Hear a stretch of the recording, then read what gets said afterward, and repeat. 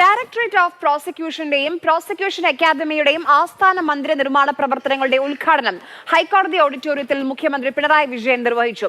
Prosecution സംവിധാനം ശക്തിപ്പെടുത്തുക എന്ന ഉദ്ദേശത്തിലാണ് ഡയറക്ടറേറ്റ് ഓഫ് പ്രോസിക്യൂഷന്റെ പുതിയ ആസ്ഥാന മന്ദിരം നിർമ്മിക്കുന്നതെന്ന് മുഖ്യമന്ത്രി. പോലീസും പ്രോസിക്യൂഷനും പല മേഖലകളിലും സഹകരിച്ച് പ്രവർത്തിക്കേണ്ടതാണ്. ഈ രണ്ട് വിഭാഗങ്ങൾ തമ്മിൽ വ്യക്തമായ പ്രവർത്തന വേർതിരിവ് ഉണ്ടാകേണ്ടത് ഭരണഘടനാ സങ്കല്പങ്ങൾ ഉയർത്തിപ്പിടിക്കുന്നതിനും രാജ്യത്ത് നിലനിൽക്കുന്ന ക്രിമിനൽ നീതി നിർവഹണം ഫലപ്രദമായി നടപ്പാക്കുന്നതിനും ഒഴിച്ചുകൂടാത്തതാണ്.